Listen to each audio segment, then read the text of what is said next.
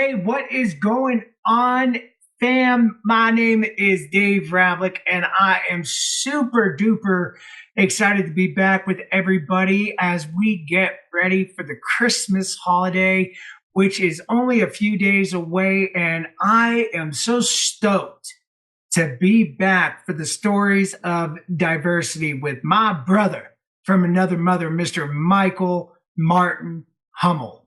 Mike, how many times have I been on the show with you? Is this my fifth or sixth time with you? Six. Fifth time. I got to Six. tell you, folks. Sixth time. Because Every time. I think I've done 7 and you've been with me for 6. Sixth.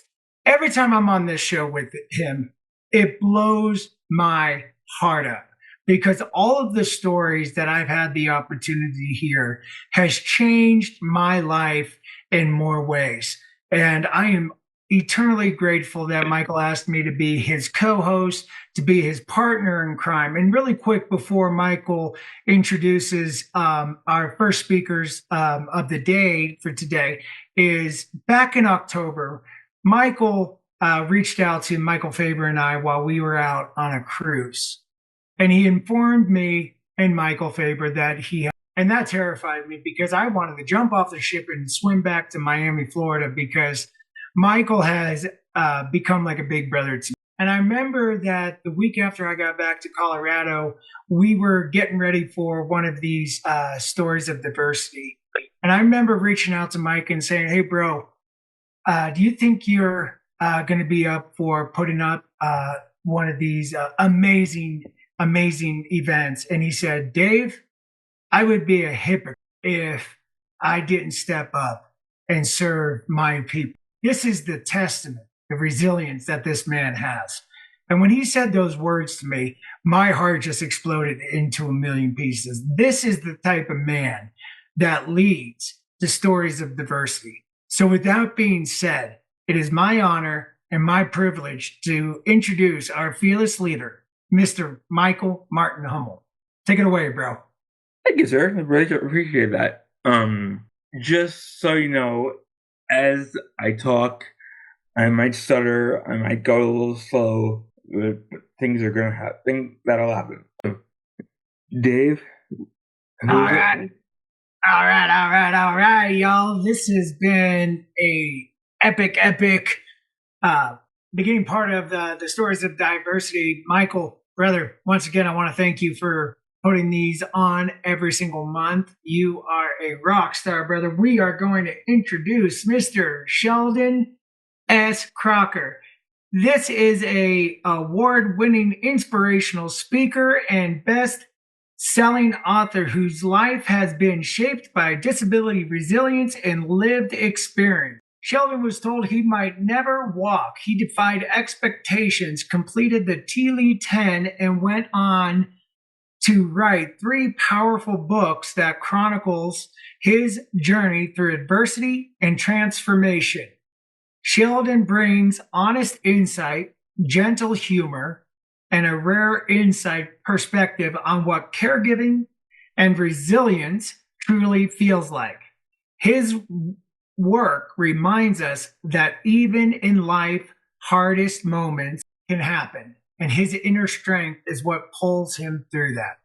I have not had the privilege on meeting Mr. Sheldon Crocker, but I'm looking forward to hearing his wisdom, his truth bombs, and everything that comes with that. So with that being said, Sheldon, the stage is yours, brother.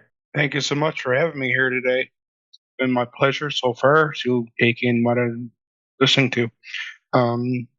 I'd like to start off by saying that yes, my name is Sheldon Crocker, and some mornings I wake up and the very first thing I wonder is, will anyone show up today?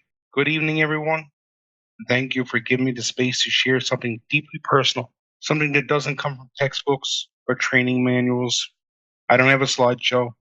I just have my true lived experience story of having a home care worker, caregiver.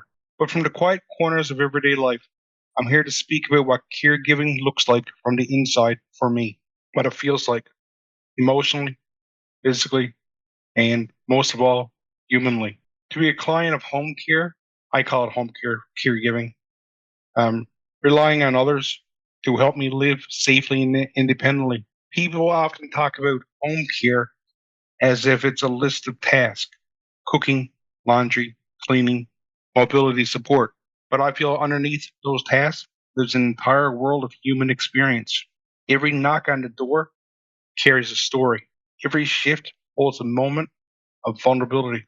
Every interaction becomes part of a relationship, sometimes beautiful, sometimes difficult, sometimes unexpected. For someone such as myself, I speak from only myself, the day doesn't start with breakfast or a morning routine.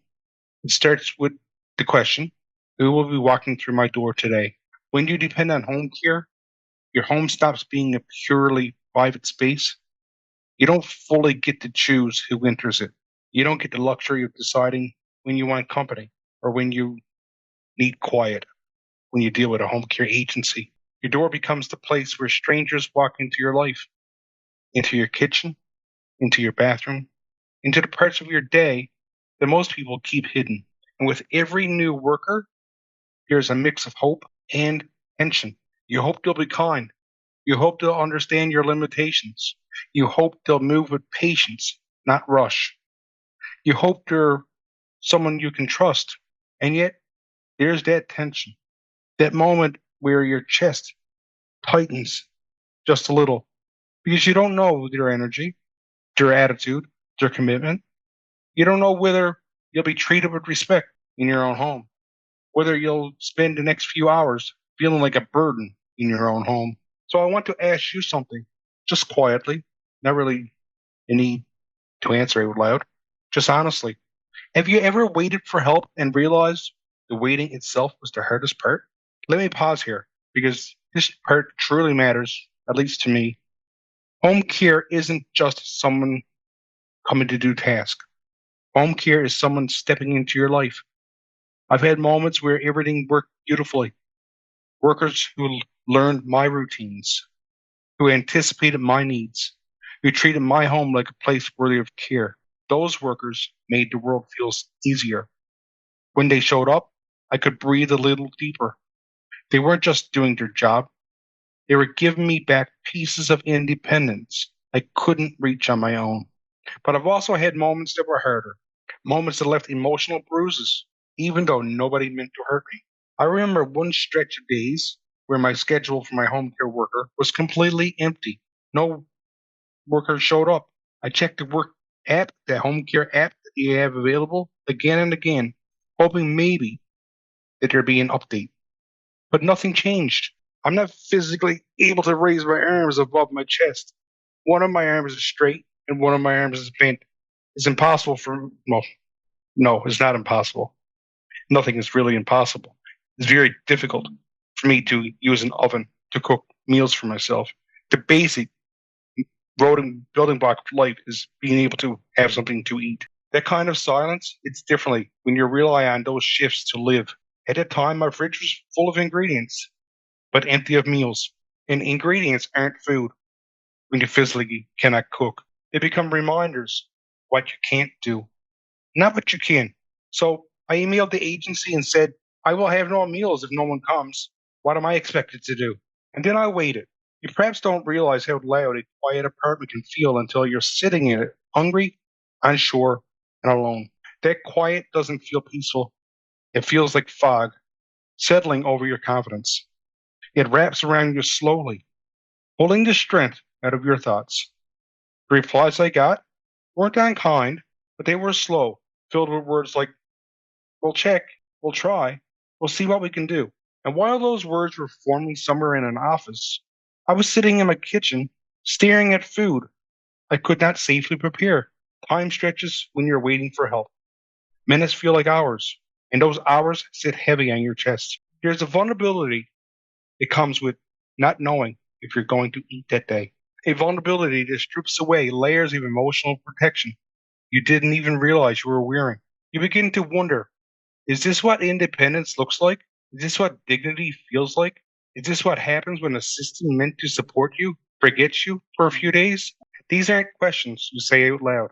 They float quietly in the back of your mind, settling into corners of your home the way shadows linger even after you turn on the lights.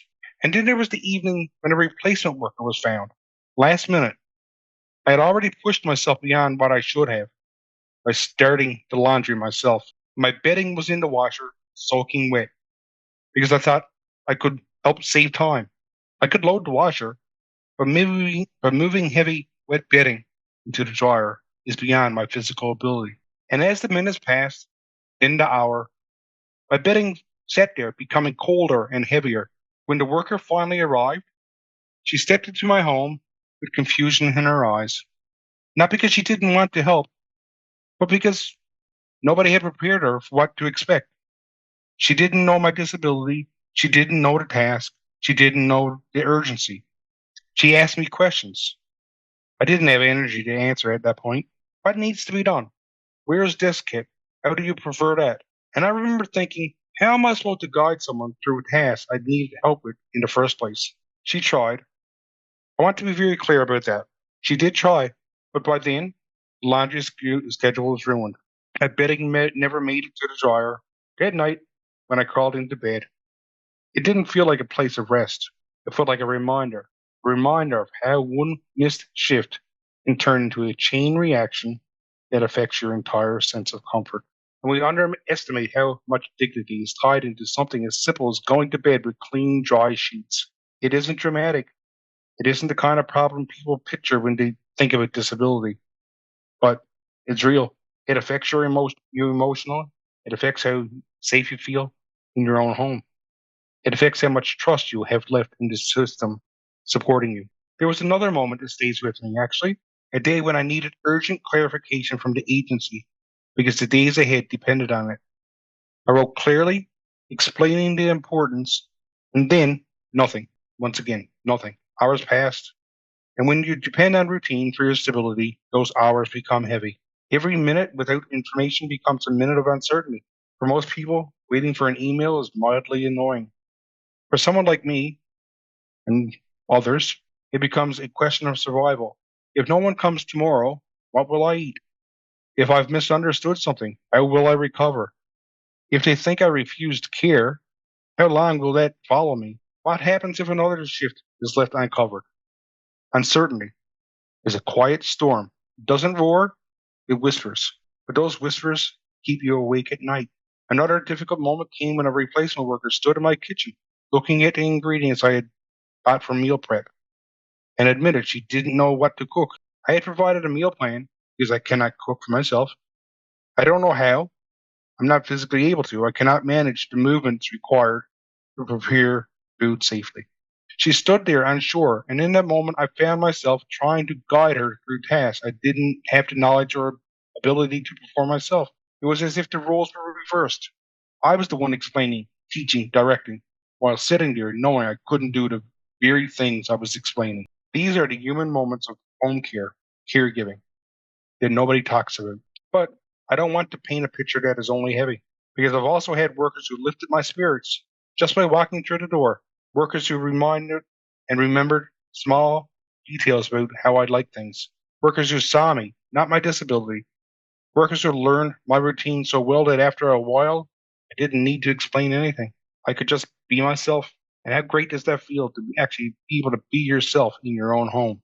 Workers who brought calm into my home simply by caring enough to do their work with attentiveness. Those workers stay with you, not just in your schedule, but in your heart. They're the ones who remind you that caregiving, when done well, is a partnership, a shared journey, a subtle agreement between two human beings who are both doing their best. And I don't forget that workers carry their own storms as well. Some arrive tired from long bus rides. Some are new and nervous. Some are doing their best with very little training. Some feel pressure from supervisors. Some feel uncertain because they were never properly briefed. Many carry stress from their own personal lives into a job that demands emotional presence. Caregiving is not easy for them either. It takes courage to walk into someone's home and try to support their life. It takes heart to care for someone else's well being. It takes patience to adapt to different personalities, different disabilities, different challenges.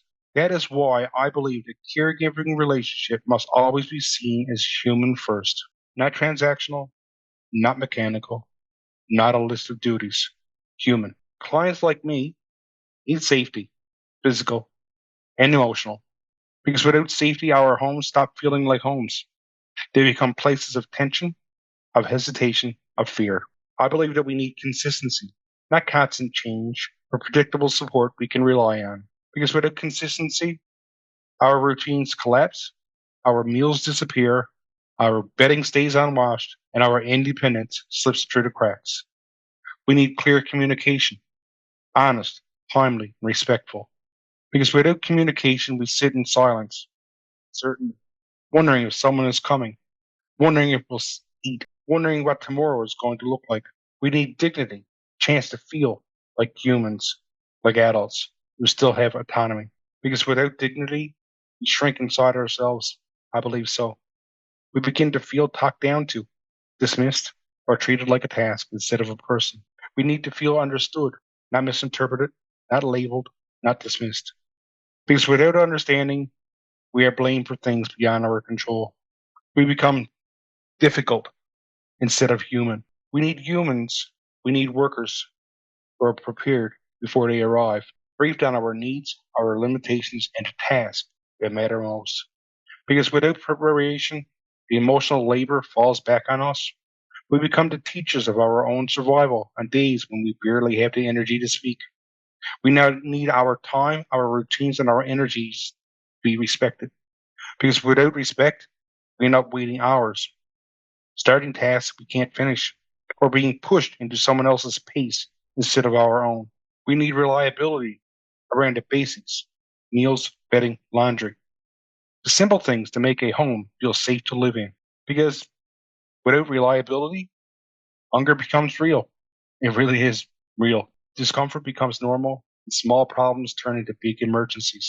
And most of all, we need to feel that our lives are taken seriously, that we are not an afterthought on someone's schedule, but human beings worthy of care, attention, and genuine connection. Well, workers need things too, and their needs are just as human as ours.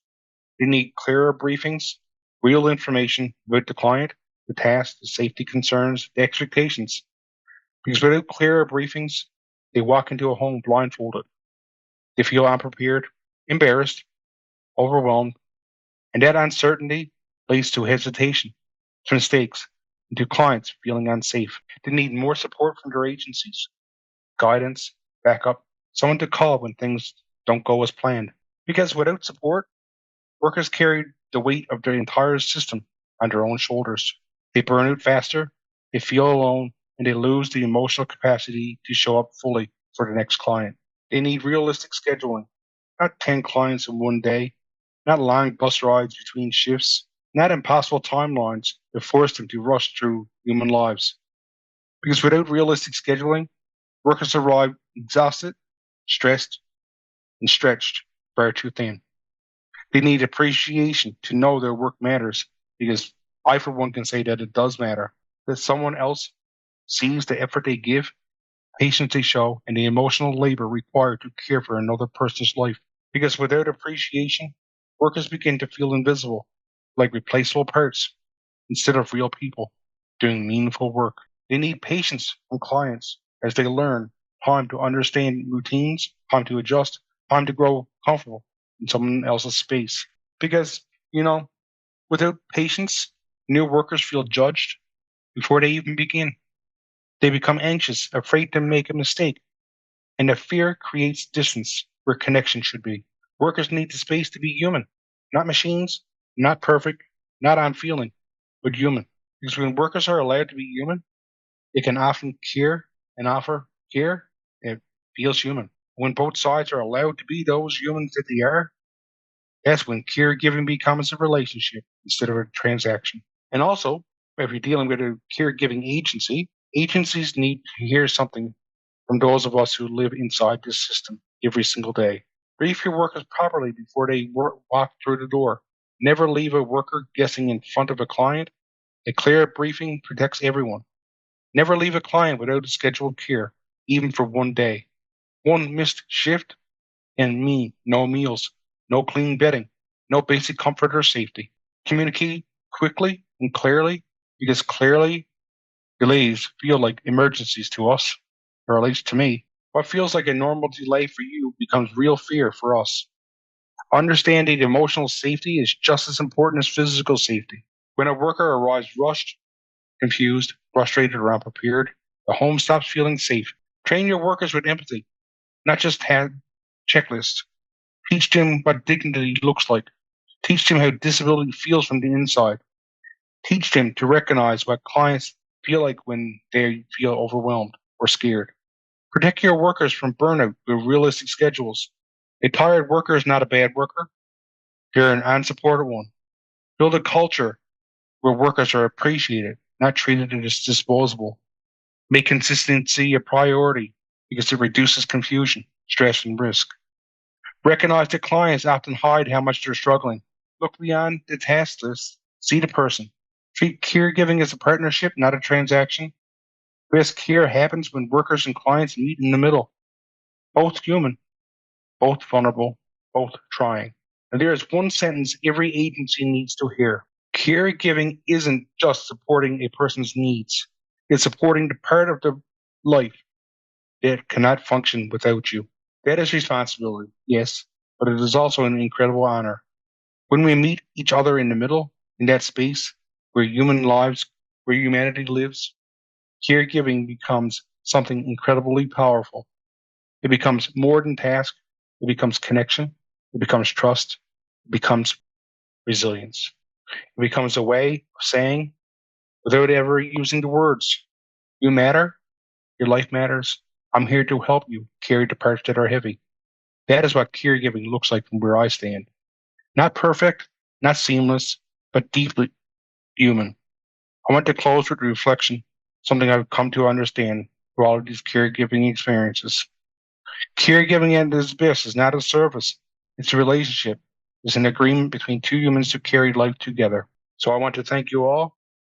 My name is Sheldon Crocker, and this is what caregiving looks like from where I stand. Thank you. Thank you, Sheldon. Thank you. I really appreciate it.